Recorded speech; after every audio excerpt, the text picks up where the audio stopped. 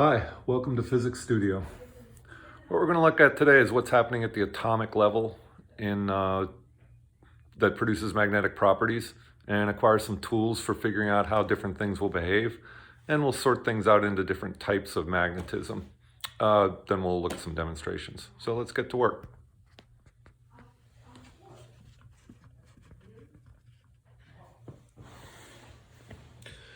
Okay, last time we left off, we talked about how what produces a magnetic field is not a charged particle itself, but a charged particle in motion with some velocity v.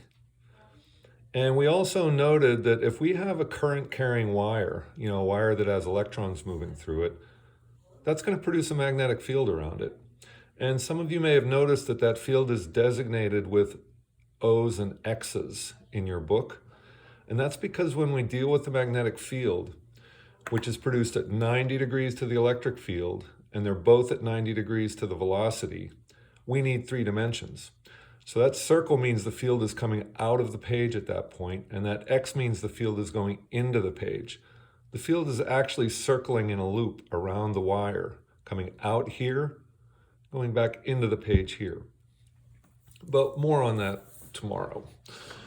Now, one thing we notice, though, is electrons are constantly in motion. And so, in effect, all electrons are basically little magnets. That means that all atoms have magnetic fields running around inside of them.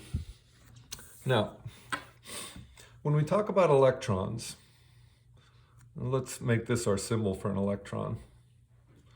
We know that electrons have mass just by virtue of being a physical object.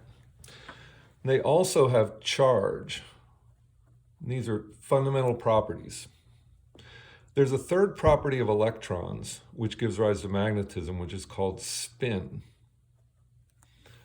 And you want to understand spin metaphorically, right? We know that things can spin clockwise, and they can spin counterclockwise. It's not actually the case that electrons are spinning, like rotating on an axis like the Earth or the Moon. But they are moving in certain ways that produce what we can call one kind of spin or the other. Spin allows us to divide this into 2. And the 2 kinds of spin are called upspin and downspin, or sometimes top and bottom spin. Now, if you can recall from chemistry, when electrons start loading themselves into an atomic structure, they follow what we call shells and subshells and orbitals. So we can call this the 1s shell. Then after that, there's the 2s, the second orbital, or the second shell with the 2s subshell. And then there's the 2p subshell. And then we move on to the third shell, which also has an S and a P and a D and so on. Now, when electrons start loading themselves into this shell structure, they first fill up shells. So if we start with hydrogen, we're going to have a single electron with a top spin. There's nothing balancing that, so this hydrogen atom is itself like a little magnet, right? It's got a magnetic field produced by that single electron, and there's nothing to cancel it. If we go on to helium, though, a second electron is added to the shell with a bottom spin. These 2 spins cancel. So hydrogen is a little magnet. Helium is not a little magnet. If we go on to lithium, it's going to add a single top spin. Now we now have these 2 balancing each other out, but that is unbalanced. So lithium is itself a little magnet. We go on to beryllium. That will fill up the shell first. Beryllium is not itself a magnet because each of these top spinning electrons has a bottom spin to cancel it.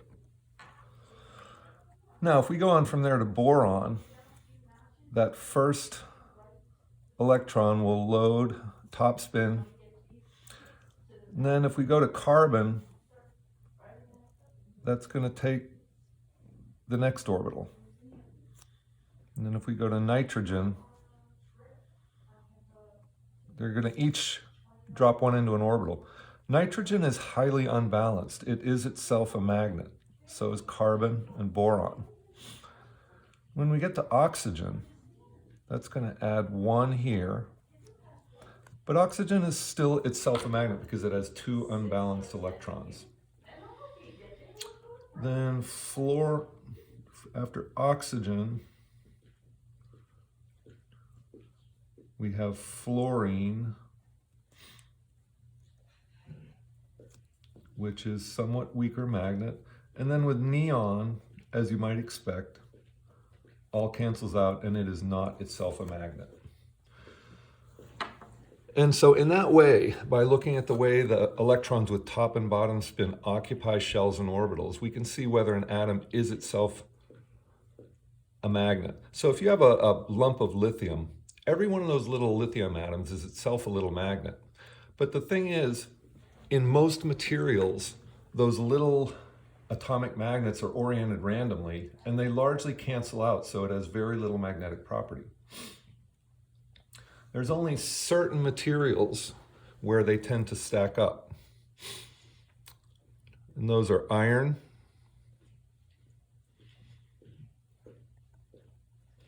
nickel, and cobalt. And in these we have something called domains. And a domain is an irregularly shaped region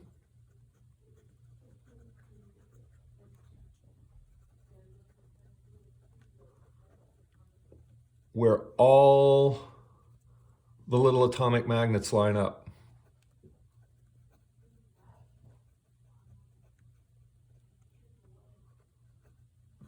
Now, your book has some good diagrams for this, but in iron in its normal state, it's not a magnet, right? That's because the domains are oriented randomly. But if you expose that to an electric field, then the domains will begin to line up, and the domains in the direction of the field will enlarge while the others shrink. And this is very nicely covered in the video that I've given you from YouTube, so please take a look at that. Now let's look at some materials.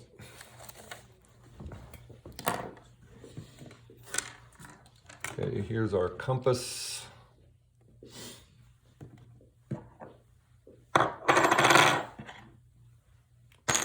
Iron nail. Paper clips. A couple of permanent magnets. Now this is your cartoon magnet.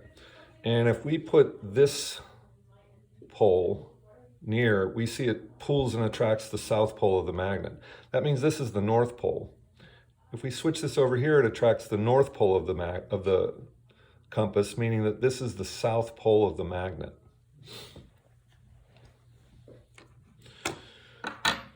Now, this iron nail, this is made of iron, right, which is a highly magnetic material, but right now all the domains are all randomly oriented, and it doesn't do anything here, right? It won't pick up anything. And maybe a little residual, but not much. Now, if I take this, and this is a stronger magnet.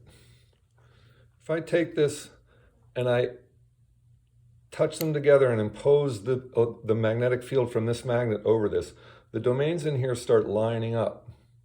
And guess what happens to this? It's now highly magnetic, right? This nail has become magnetized. Now, if I pull this away, this permanent magnet, these domains stay lined up. But if I pull that magnet away from this, then it starts to lose its magnetism. And if I tap it a little, it completely loses its magnetism. Well, not completely, but close. Right? And so when something has been magnetized, you can demagnetize it by smacking it, by heating it, or otherwise jumbling up the atoms inside so that it loses that domain structure. A permanent magnet, though, these tend to keep their magnetism. And look what happens to that compass as I move this around. Here's the north pole of that. Here's the south pole.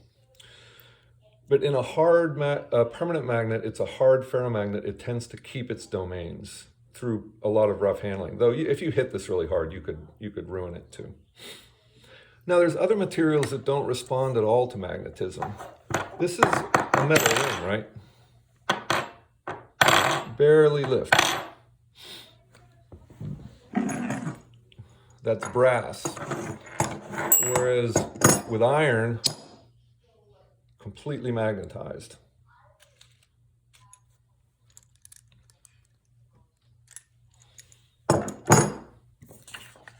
Paper, not even affected by it, right? You could try aluminum, titanium. They have very little effect with magnetism. So that brings us to our last set of distinctions to make. I don't want to make too much of this, but just be aware of these. We can classify materials into three types: diamagnetic, paramagnetic, and ferromagnetic. In diamagnetic, the atoms and molecules are not themselves magnets.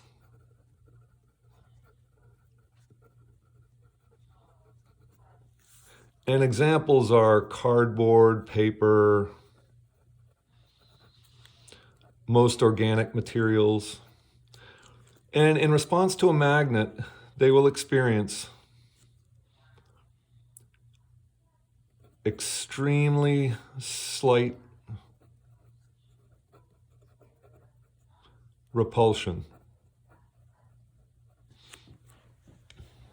Now, you all watched the video yesterday about the MRI, which produced 4 Tesla magnetic field, which is a super strong field.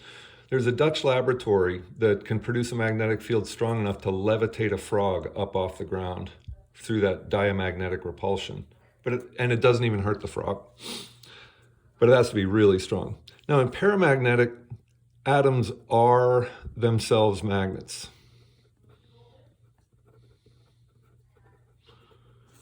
But they're randomly oriented so that the magnetic effects cancel out. And these experience a stronger attraction to a permanent magnet, but it's still very small. And examples are aluminum, titanium, and on and on. In ferromagnetic, you have domains.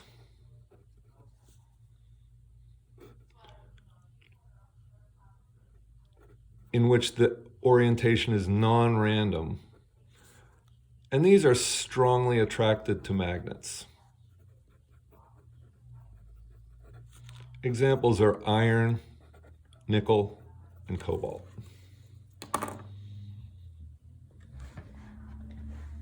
And so that's your basics for today. That should give you enough to fill out the next set of notes.